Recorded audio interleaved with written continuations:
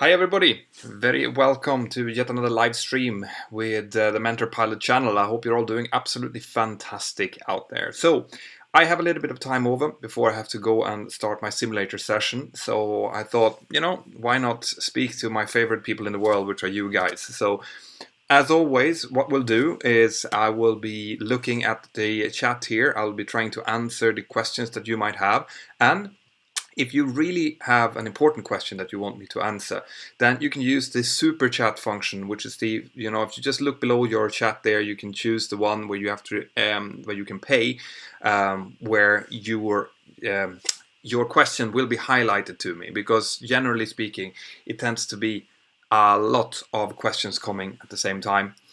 So I might be missing your question. And if you want to either donate to support the channel or you want your question highlighted, you can use the super chat function and I will be answering your question without a doubt. All right.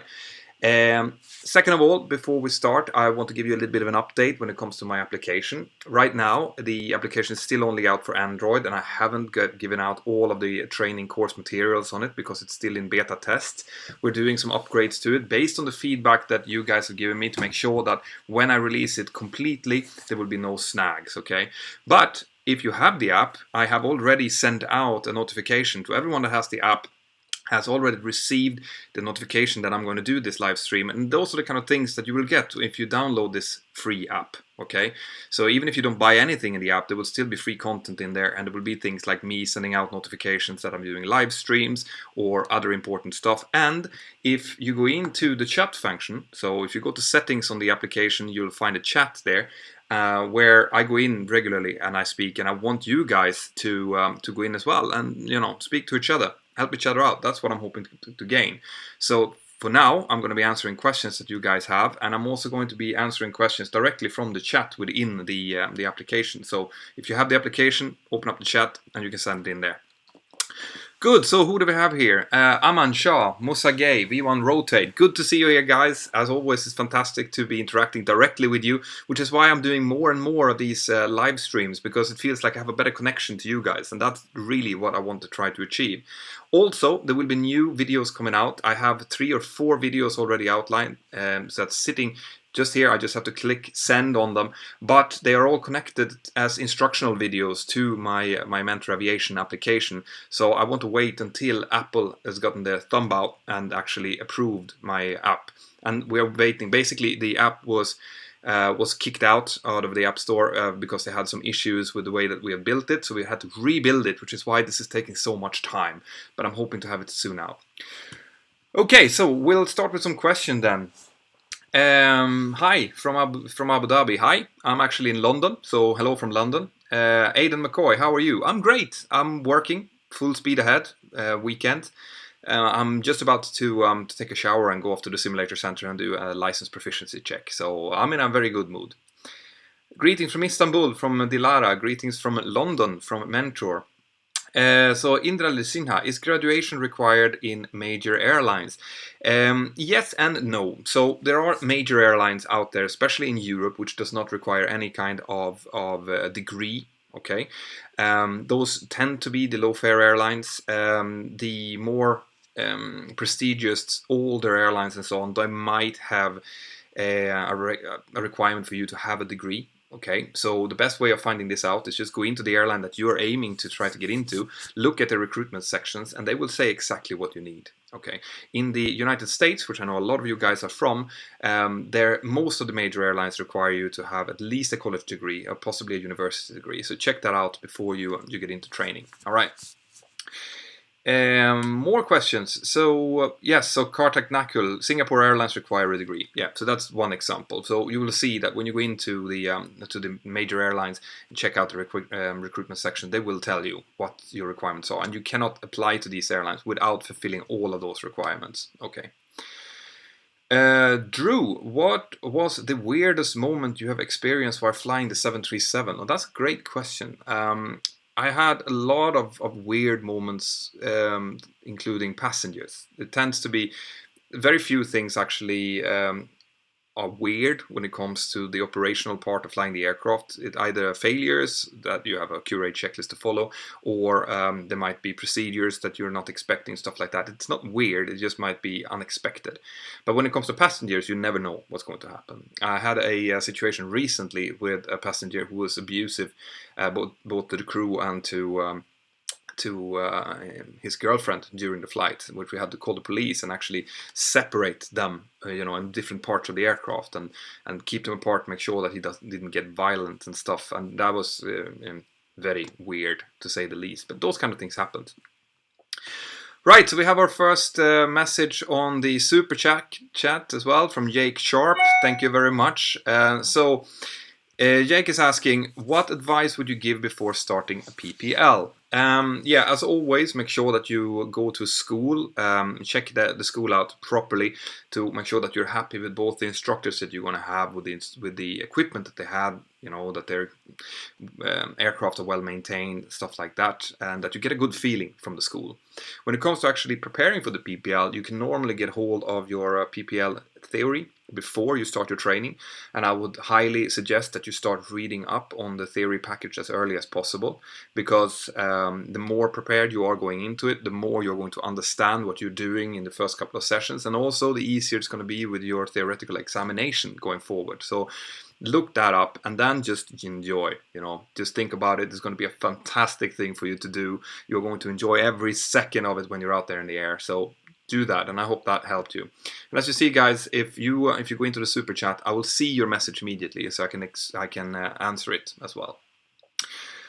Opulus DNCF, Mentor Pilot, yoke or side stick? I haven't tried the side stick. I would love to try the side stick, because from what I've heard, it feels counterintuitive when you switch over, but actually very quickly it becomes very intuitive. So I would love to try it, but before I have tried it, I can't really say what I prefer. At the moment, I think it feels very good to have a yoke in front of you and actually something to hold on to when you have things like wind shear escape maneuvers and stuff. That you can check out how I did on the Mentor 360 app if you're interested. Planes review, Mentor Pilot, what is the best flight school? It's very, very hard to answer that question, because what might be a fantastic flight school for you might not be what for me. Okay, when it comes to the quality of the schools, if they have been FAA or CA or EASA approved, then they are compliant, which means that they are good enough to do the training. So then, of course, there are going to be differences in quality of the schools, and I always say this, I'm very reluctant to say that one school is better than another school, because in order for me to say that, I have to go there and I have to check out the school and interview the instructors and get a feeling for the school. So I'm not going to say go to this school but not that one. I would just say that always check with previous students, check out what you can on the internet, go to the school, do one of those open days so that you get a feeling for what you can expect, and all of this information that you gather together, use that to then choose what school you're going to use. Most of the time, the really cheap and the absolute cheapest might not be the best ones, but also the most expensive ones might not be the best ones for you. So generally, it tends to be the ones that are in there in the middle that are the ones that are best for you, maybe closest geographically, and also have the best instructors that connects with you and has time for you and your needs. So factor all of this in before you choose a school. So Haleo, thank you very much. So there's people going in on the super chat and actually donating to the channel as well, which is great. It helps me to increase the quality of this, and I am planning to increase quite a lot of quality on the channel going forward, and I'm going to need all of your help and all of your feedback in order for that to happen. Andre Franco, nice cozy sweater. Yeah, I know, it's a little bit of a Norwegian sweater, this. I love it. You've probably seen it in some of my earlier videos. Max Wild, can you apply for more than one pilot scholarship? I guess so, depending on what the scholarships are, but when it comes to scholarships, normally you can apply for as many as possible and see which ones you get, so, go for it. Hey, Mentor Captain, what is the radio panel? So, there are different radio panels. If we refer to the COM radio, then we tend to have 2 or maybe 3 installed in a modern airliner, and the VHF, very high frequency radios, there are 2 of them tend to be, and then there might be an HF, high frequency radio panel as well. The panel in itself are where you are setting frequencies and selecting who you're going to talk to. Then of course you have radio navigation panels as well, which are the ones that takes the VOR frequency, the ILS frequency, ADF frequency, and so on. So there's a lot of things that involves radio waves in an aircraft. Kenny S, Technoboy, so you're actually talking to each other. You should be accelerated in physics and least extended in math, tech, geography, computer science, PhD, anything you want. Yeah, so this is probably one of these questions about what kind of subjects you should be focusing on. And I always say the same, you should be focusing on natural science, specifically physics and math, because it will prepare you for your ATPL theory. And in order for you to understand parts of the ATPL theory, you're going to need to be not an expert on these subjects, but you're going to need to have a general good understanding of these subjects. Another question on the super chat. So, Haleo, do you train for sim checks, etc., on prepared 3D or FXX with the PMDG 737NGX? What do you think about it as a training tool? All right, so I did a video on this fairly early on in the channel. Okay, I think that depending on how you use these simulators, they can be very good tools. For example, to prepare, if you have already typewriting and you are employed by an airline and you want to refresh on procedure, for example, I think they're very good because you can do, for example, a non-precision approach followed by a circling approach and just, you know, in your head get everything right and in the correct order and remind yourself of it. When it comes to as a tool to prepare yourself for a type rating, you have to be a little bit careful because you don't want to learn yourself into your motoric memory things that are not absolutely correct. Okay, so if you've learned, let's say that you've learned how to do an ILS on the PDMG, and then when it comes to the type rating, you're actually supposed to do the configuration at a different point than what you've been doing.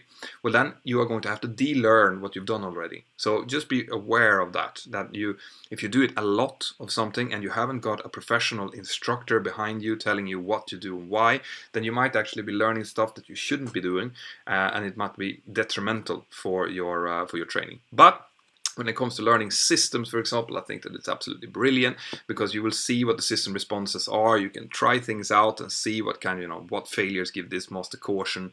If I turn off this pump, what's going to happen? All of that is great. So as a tool, if you use it correctly, I think that they are very good tools. And I hope that answers your question. More questions. So, Kenny S. Hi, Mentor from Dubai. What subject should I take except math and physics? Maybe geography, computer science? I have no idea. Yeah, so on top of this, natural science subjects are good. Like you say, geography, languages are good because you're going to need them, especially English. Make sure that you have a good level of English because that's going to be absolutely crucial for you to both get through your training and when you're applying for airlines later on. No matter what the airline is, they're going to need a specific high level of English. Okay.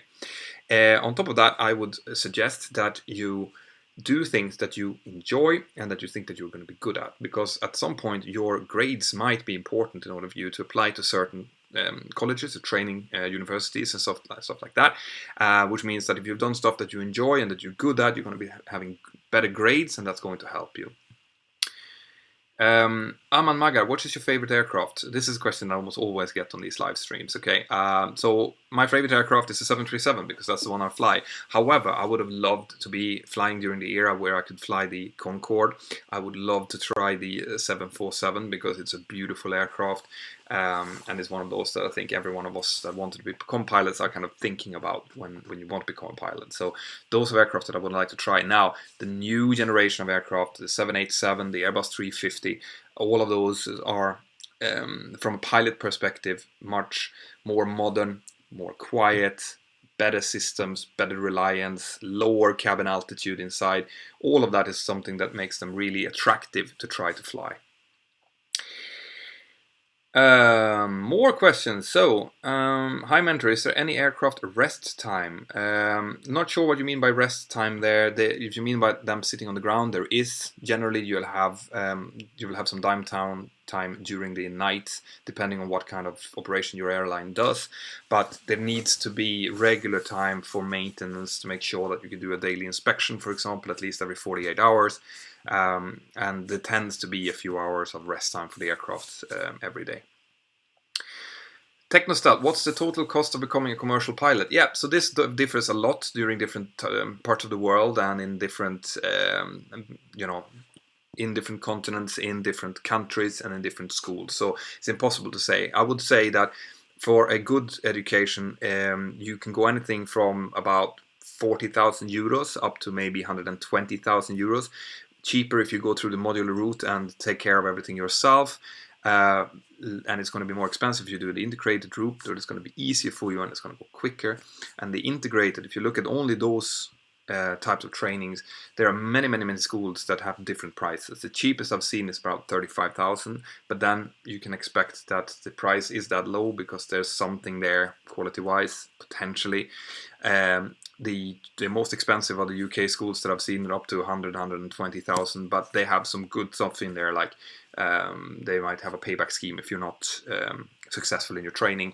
They have very good quality instructors and very good connections to the airline. So, in most cases you get what you pay for, but sometimes you're paying a lot for a little bit extra. So it's going to be up to you to decide whether or not you think that is worth it or not.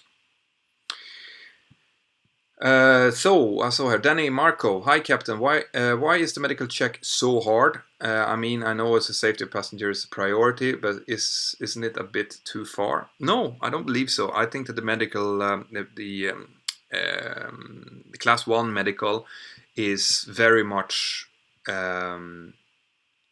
put in the correct level. Basically, it's not that hard. If you are of normal health and stuff, you will be able to get through it without a doubt.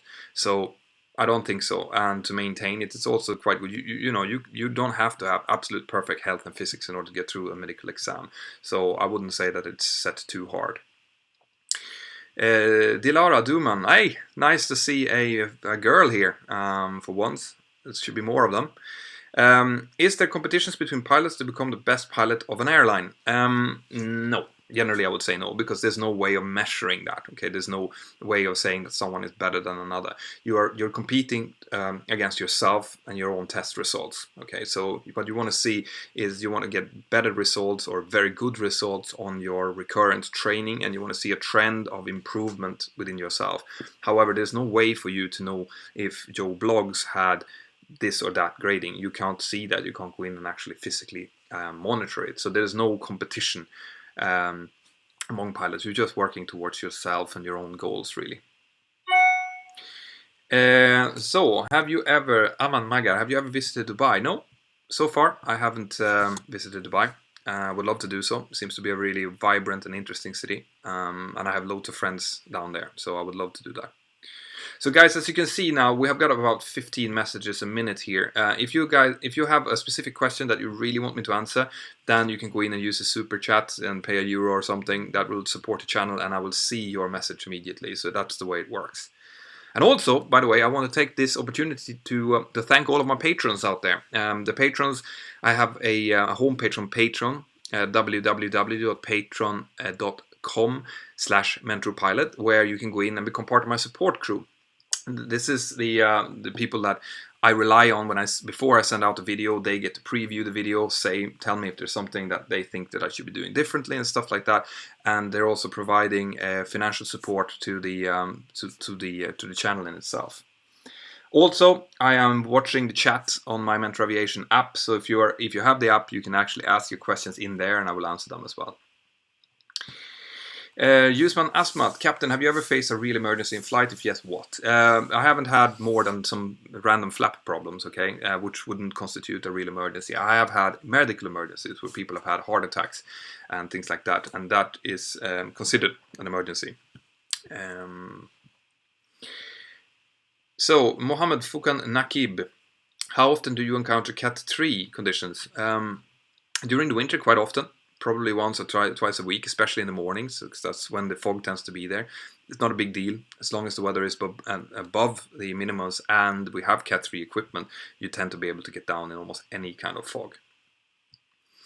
Swordboy official, do you need level 4 English to get your CPL license? Yes, I believe so. And you definitely need at least level 4 English to get a job. So you are going to have to increase your English level to at least that standard. Okay, and level 4 English is not very hard. I would say that in most cases, you need at least level 5 English to be successful in an airline interview. Xavier Galindo, do you know about any flight school in the UK? Yeah, there's several of them. So if you're going down the modular routes, for the theory, I would have a look at Bristol Ground School. They do the theory bit, and I've only heard quite good things about their theoretical package. And then you can connect that to flight school through, I think they have something called the Wings Alliance, which promotes the modular route. So have a look at that. If you want, that's the modular part. If you wanted to go through the integrated, there's several good schools: CTC Aviation, Oxford Aviation, many schools like that. If you look at Sweden, you have SAA, Scandinavian Aviation Academy. You've got SPU, Svensk Pilotutbildning, which are very good, that I know about myself. And then you have a range of very good, high quality schools in Europe that you can check for. Right, more questions. So Gabriel Ma, hi Mentor Pilot from Hong Kong. Do you find airline cadet programs too accelerated? From 160 hours in a piston to a 777 is quite a shortcut, and I feel I'm missing out on the journey. Yeah, I mean, that is going to be up to you. And of course, there is a journey to be had by going through the smaller aircrafts, turboprops, and then eventually getting into the major airlines. However, in most of the cases, your end goal is to get into that 777 or 737 or Airbus 320 or whatever it is you're flying.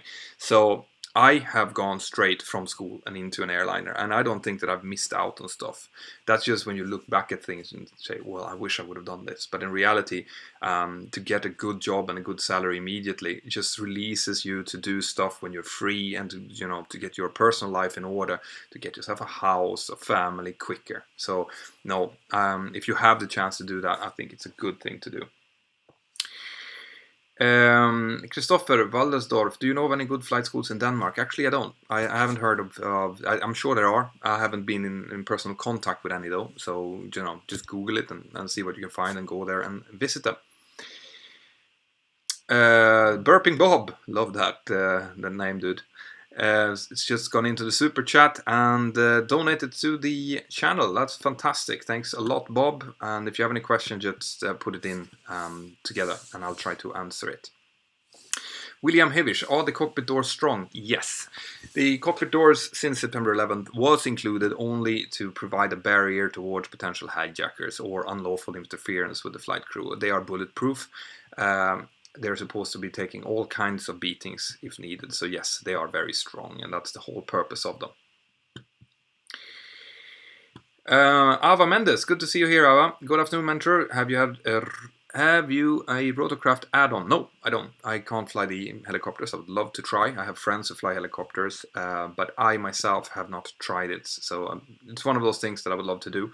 One of the things that I'm hoping that this channel will do is enable me to go and visit flight schools that do, for example, helicopter training, or flight schools all around the world to see what the different types of trainings are.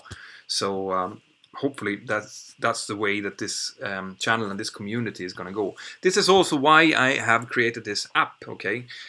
Because I want to create not only this YouTube channel, I want to create a community of people that can support each other, and that where we can kind of change and give each other our benefit of our own experiences. That's the idea behind the Mentor Cadets program. This is what I'm working towards. So I'm hoping to be able to achieve that. Peter Enchev, do you use FXX? No, I don't. I have to be honest and say that when I am off, I very rarely do anything except for this YouTube channel that has to do with aviation, because there's a lot of aviation in my life. Alexander Dorf, hey, thank you very much. Another super chat comment. Hello, can a non-EU citizen work in an EU airline? If he needs a work permit for that, can the airline help him issue a work permit? That is an excellent question. All right, so this is a question that I get fairly often.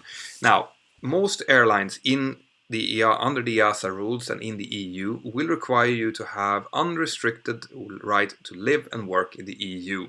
Now, what does that mean? It means that you are going to need to get a visa. If the airline states that as a requirement to start with, it is unlikely that they are going to help you to get that visa. So you are going to have to get that visa, the work permit and the living permit by yourself, by going to your embassy, checking out what is required, and go out through that way. You can, however, if you are, let's say that you are a captain with a lot of hours and you are attractive for that airline, you know, that they really need you, then there's a possibility that if you contact them and say that I have this, I might need a sponsor to get a work permit, that they can do that. All right. This is the EU, and I haven't actually been involved in that process myself, but this is how I believe it to be working. In America, it's different. That you might get one of the airlines if you are really needed to sponsor you for a green card, and that might work that way. Okay, but if you're not a EU citizen and you want to come and work here, then you need to go to your embassy and see what the process is, and then try to get yourself a work visa that way. I hope that answers your questions. Christopher Woldesdorf, when do pilots use the RAT? So RAT, I'm guessing that you are referring to the ram air turbine on the Boeing aircraft. Sorry, on the Airbus aircraft. We don't have it on the Boeings. The ram air turbine is something that provides emergency electrical power in case of a complete power cut. Okay, so let's say you have a dual engine failure or dual generator failure or something like that. It will fall out automatically and it will create the electrical power needed in order to provide the essential systems with electrical power. I'm not an Airbus pilot, so I don't know the specifics on it, but this is how I've gotten it explained to me. We do not have it on Boeing. We have a dual battery system that provides at least 60 minutes of electrical power in case you would have a complete power failure. Moonman22, have you ever screwed up or said something funny during a PA? Yes, of course, especially in the beginning when you start doing PAs, you start to stutter on words or you get confused or you said something, or the more common thing is that you forget that you're actually activated the PA switch on the audio control panel and you start speaking out over the PA when you're supposed to be talking to operations or talking to air traffic control. That is a classic, and I think everyone has done that at some point. Baba Taiwar, shall I go for military or commercial aviation? That's up to you. I mean, they're two completely different things. Okay, the only thing that's similar between military and commercial is that they fly in aircraft in the air. That's it. In order for you to go for the military, you need to want to serve your country and do a good thing for your country. You need to remember that you're doing that as a service to your country. All right. So you shouldn't do it just because you want to get some flying experience to go to become a commercial pilot later on. That's how it used to work, but it doesn't work that way in the same way anymore in most countries. So if you want to go for a military service, then do so. Remember that it's associated with some significant risks, actually, and you probably won't be flying as much as you think. So that's what you have to take into consideration. Becoming a commercial pilot is something completely different, which is what I'm talking about on this channel. Burping Bob. So, is it possible to get a Class 1 medical as a diabetic? No. Okay. Unfortunately, at the moment, that is not possible. And I'm saying that because you cannot go in and get your Class 1 medical as a diabetic. Okay, there are some countries that have just started allowing people who already have their Class 1 medical to maintain their Class 1 medical, providing that they do some very stringent testing and monitor the blood sugar levels and stuff. I think Ireland and the UK are the countries that allows that at the moment under specific circumstances, okay? But they won't allow you to actually get your Class 1 medical. There is a possibility that they're changing the rules later on, if this trial actually works out, or if something comes onto the medical market that actually, controls diabetes. That is a possibility. But at the moment, that's not the case, unfortunately. You might be able to get a Class 2 medical under certain circumstances. I'm not sure about that. I'm going to try to do a live stream together with an AME to discuss these kind of things. But at the moment, unfortunately, that's not possible. So, MWB Gaming is the last question that I've had on my super chat here. So, why do I get in trouble if I take pictures during takeoff, even if I'm using an analog camera with no electronics? Okay, There's two sides to this. If you're referring to people taking pictures inside the cockpit when we're taking off and landing, it's because you shouldn't be concentrating on taking pretty pictures while you are operating the aircraft. So that's the question. That's the answer for that. When it comes to taking pictures on the airport facility, and on an airport or on the runway and so on, most of these airports are actually military objects where you're not allowed to take any kind of pictures for safety reasons, like national security safety reasons. And in Spain, that's the case. So you need special permits for that. And when it's inside of the cabin, which I'm guessing that you're referring to, most airlines have a strict non-photography policy inside of the cabin whatsoever. Okay, and that is to protect the people working in there. They don't want the cabin crew to be photographed, we don't know where those photos are going to go or what they're being used for, if they're taking photos of specific safety or security procedures, for example. To make that easy, we just said no cameras or not taking pictures inside of the aircraft. So I hope that answers your questions. Okay, in most cases, if you do it in a nice way and you're doing it out through the window, no one is ever going to either notice or care. Cool, more questions. You're really active today. I love this way of doing live streams with you.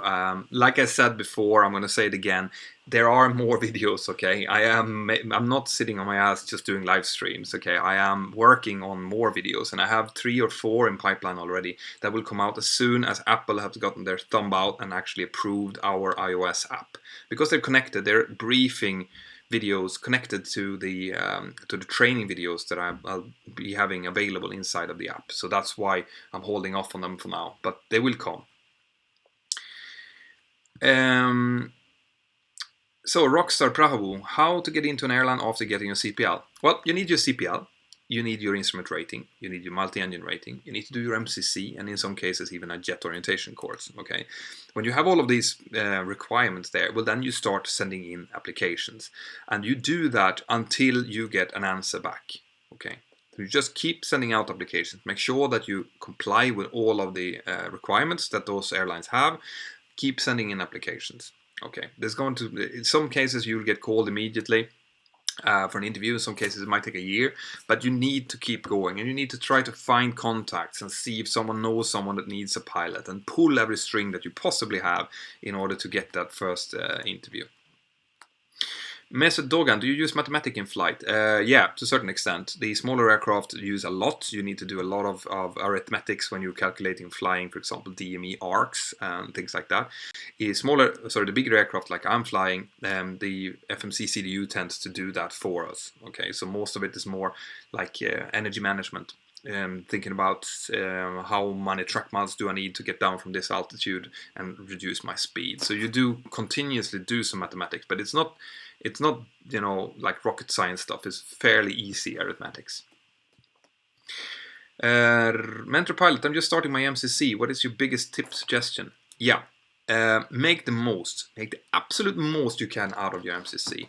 Really think about the CRM part of it, how to get the most out of your colleague, how the colleague should understand you, how you communicate, and keep the checklists discipline, stuff like that. Because the MCC is going to be, if you have a good MCC course, it might be the difference between getting through an airline interview and a simulator test and not. So make sure that you get the absolute most of it, and as always, enjoy it.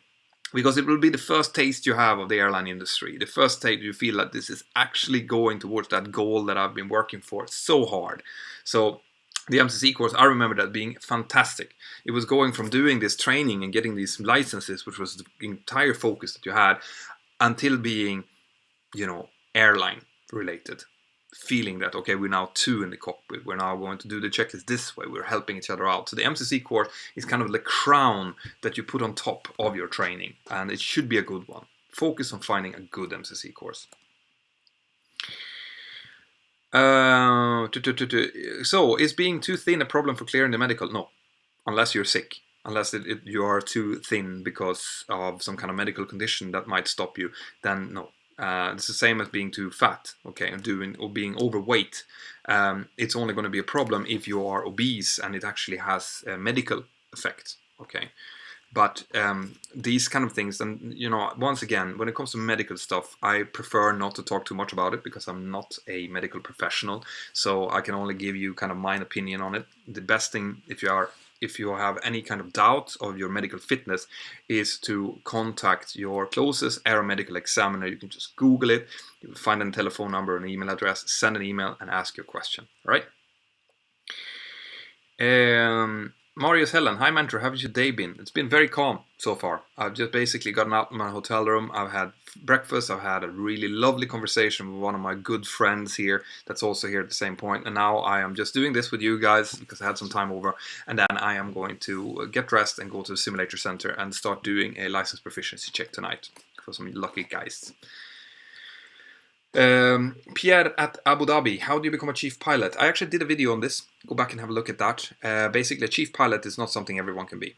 A chief pilot is reserved for people that have both extreme, good skills, technical knowledge, and also there's a lot of politics involved in becoming a chief pilot. So, a chief pilot, as becoming a captain, is something everyone can become. Becoming a chief pilot is not something that everyone can become. Very, very few people ever become chief pilot. So, Dilara Duman, is there a discrimination towards women pilots inside of the airline companies? No. And actually, in fact, what I've started to notice now is that it's the other way around. The airlines are actively looking for females to get in. I know EasyJet has a female pilot program where they're trying to get in as many females as possible to equal out the workforce. Because at the moment, we're still looking at about 7% women only in the cockpits, and they should be around 40-50% or even more, because female pilots are just as good as male pilots. But we are, the airlines are trying to actively change this. So I'd say now is probably the best time ever to be a female pilot, providing that your skills are good enough. Tobio, what is a chief pilot? The chief pilot is the one that is legally responsible for the pilots inside of the airline. He's the post holder of operations, the one that has to answer to the authorities on behalf of the pilots of an airline. So if something happens, he is the one, or she is the one, who's going to have to answer to the aviation authorities. Ken Crawford, hi Mentor, can an FAA pilot fly for a foreign airline? Most of the cases, yes, but you are going to need to convert your licenses in most cases, which might include a fairly hefty retraining and rechecking. Sometimes you have to actually redo the theoretical part. Sometimes that's not, you can just transfer it over. But yes, it is possible, but you are going to need to convert your licenses in most cases. Adrit, what was your first flight like? It was marvelous. It was fantastic. The first flight I ever did by the controls was with a flight instructor when I was 14 years old, and it was a fantastic, clear blue sky day. We were flying out at maybe 6-7 in the evening, so the sun was just about not setting, but it's going down, which meant that it was all calm in the atmosphere and it was all beautifully clear. And I got to fly the aircraft myself over my hometown up in northern Sweden, where it's beautiful, loads of forest, loads of mountains. And then we went home to the home airfield of Örnsköldsvik, and the flight instructor was called Mats. He let me actually fly the aircraft down and land it while he was obviously monitoring the controls, but I did all of it myself under the instruction of him, and it was absolutely fantastic experience, which is probably what lit the fire in the first case. Okay. Glenn Vandenheed, where would you like to fly if you could choose any destination? Oh, that's a great one. At the moment, I would probably want to fly home to my hometown, Örnsköldsvik or Sundsvall up in northern Sweden. But apart from that, then, all of these fantastic destinations, Cape Town, Los Angeles, Hawaii, into one of the bigger airports there, just the destinations, to see the scenery and stuff, I would love to do.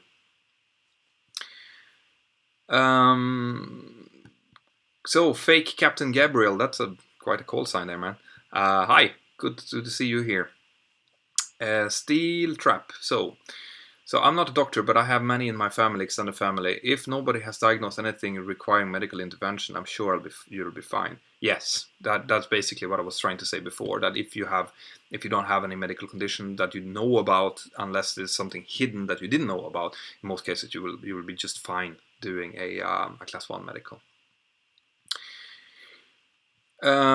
So Adam, is it difficult for a student pilot who has lost his class 1 medical due to, for example, surgery to regain it later to get a job? No, once again, this has to do with medical stuff. So if you've lost your medical temporarily because of a surgery, for example, and then you're going to have to do some medical checks after the surgery to make sure that everything is fine, especially if it has to do with heart surgery.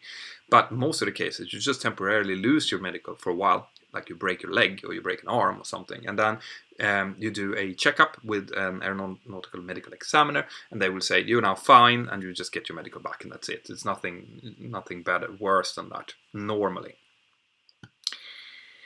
So, what are the European airline policies on mental health, mental illness? So this has become something that has become very, very sensitive after the horrible accident last year, the German Wings accident. So. This is something where the public wants one thing and the airline community does want something else. Okay, everyone can at any time during their life get a mental illness. Okay, and by a mental illness I mean maybe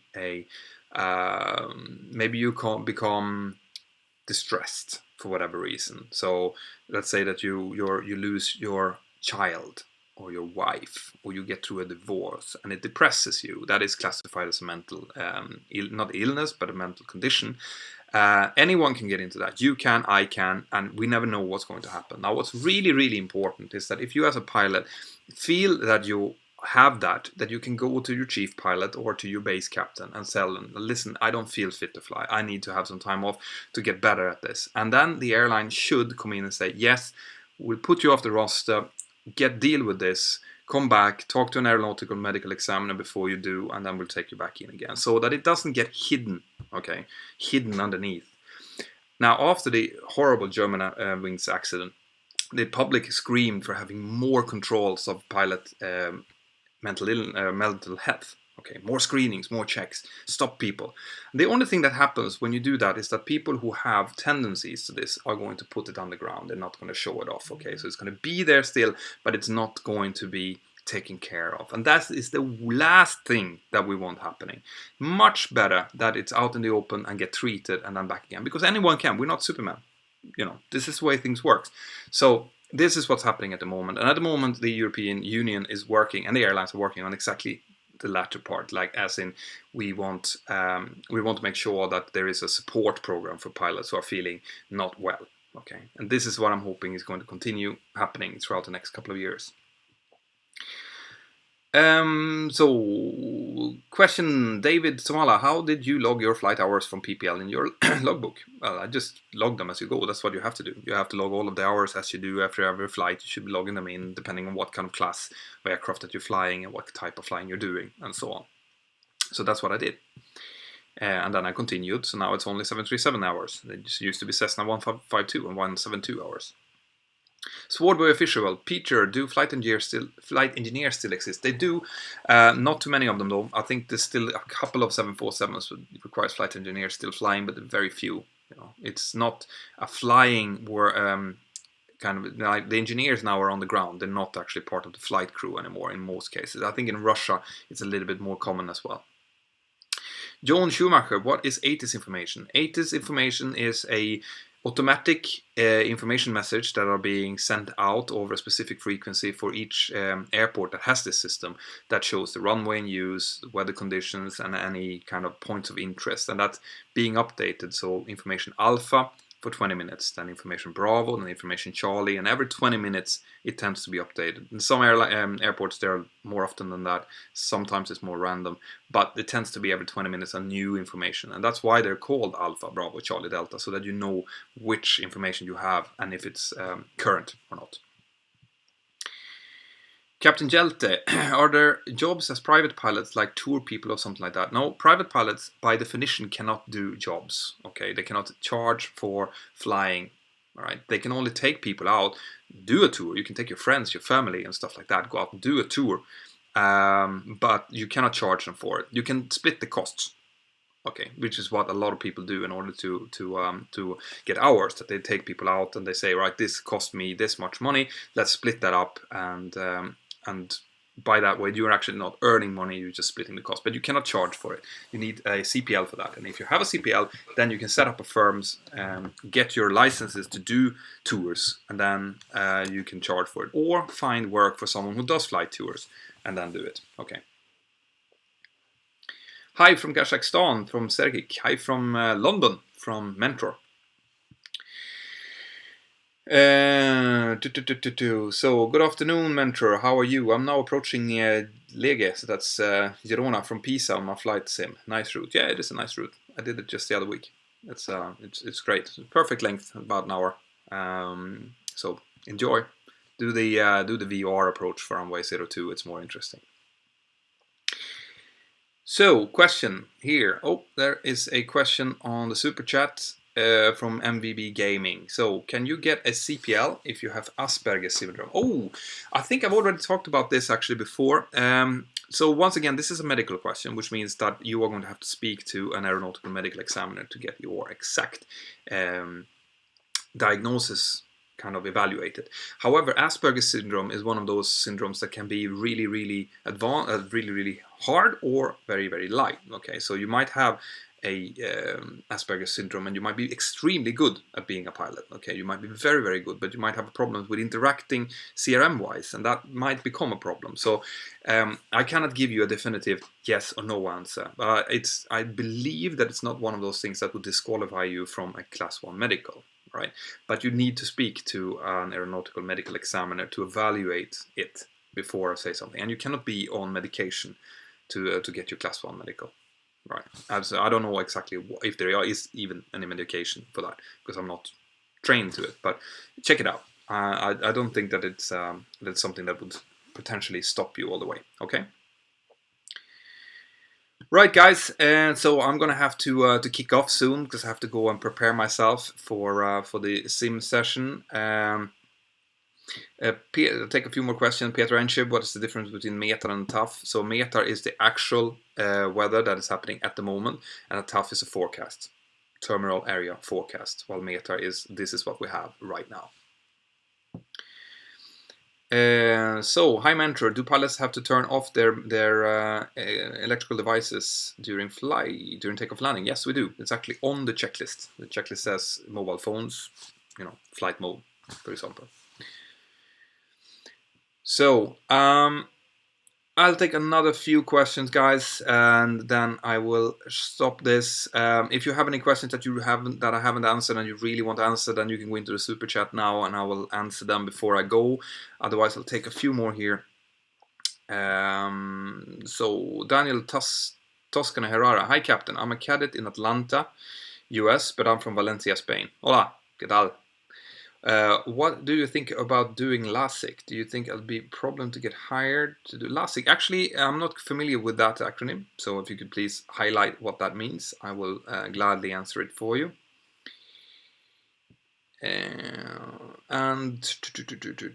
So, hi Mentor, I have ADHD. Can I be a pilot? That's the same as for the previous answer. The answer that I gave for Asperger's syndrome is depending on how bad it is. You need to be able to concentrate, obviously, both to learn and to be able to fly. But if it's really mild, I don't think it's a problem. But once again, medication is a no-no. So just make sure that you talk to an aeronautical medical examiner before you get it in and start the journey. So, Faisan, laser eye surgery. I think there's a lot of medical things here now, guys, which I'm not really comfortable with talking about. So, which logbook do you use? I don't know the name of it. It's a big black logbook about this size. Okay, I don't know the name of it. I might be able to show it later on in my next live stream if you're really interested in seeing it. Norwegian pilot, why didn't you stay in Sweden to fly for SOS or Norwegian? Well, I was already employed by my current airline, which I'm really happy with. And my wife is from Girona. My kid's grandma is in Girona, obviously. We get help there. So it works for me perfectly. So I have had no interest in staying in Sweden. Marcus Jørgensen, have you flown to Copenhagen? Yes, in end of November. I flew into Copenhagen from Milan, actually. Very busy airport, really interesting to fly into. Leon Lumley Saville, are you going to switch to the 737 MAX? I hope so. I would love to try that one. I think it seems to be a fantastic aircraft. Right, guys, I am going to round it up there. Once again, go in, check out my Patreon page, www.patreon.com. And for those of you guys who are on iOS or waiting for my application, it's out soon. Okay, I know I've said that for a couple of live streams now, but we've had to rewrite it because Apple rejected the first version, which is why it's taken more time than I was hoping. But it will be out, and I will send out a couple of videos that are connected, briefing videos on how to do a setup, FMC setup, stuff like that, that I think that you're really, really going to love. Okay, but if you have Android, download it now. Take part in the chat. So, for example, now I'll have a look, and the chat function is here. Okay. So I'll just show you how the interface looks. So you have the icon there at the bottom. Select it. Here's the chat interface. You can go in, and as you can see, I try to answer whatever question that comes up. And then you can go back in, and you can, for example, let's see, look at the training videos, engine failure of the takeoff, whatever you want. Okay, so this is really step up from the Mentor 360 app, and I will be continuously putting on more material if it turns out that you guys want it. All right, if you guys like it, I will continuously fill it up with everything that you want me to show you. Okay, so all of the technical questions that you've had, how to start in APU, how to do a crosswind landing, how to do a missed approach, all of that I'm going to do courses for you. Send it up here for a small amount of money, and because I have to cover my expenses. But get in, if you have Android, get the Mentour Aviation app now. If you have iOS, I will let you guys know when it's available. Okay, so for that, I hope you're all having a fantastic Saturday. Go out there, enjoy the time with your friends and family, and recommend the channel if you think that it's worth having. I'll be back with more live streams going forward. Have a fantastic evening, and I'll see you next time.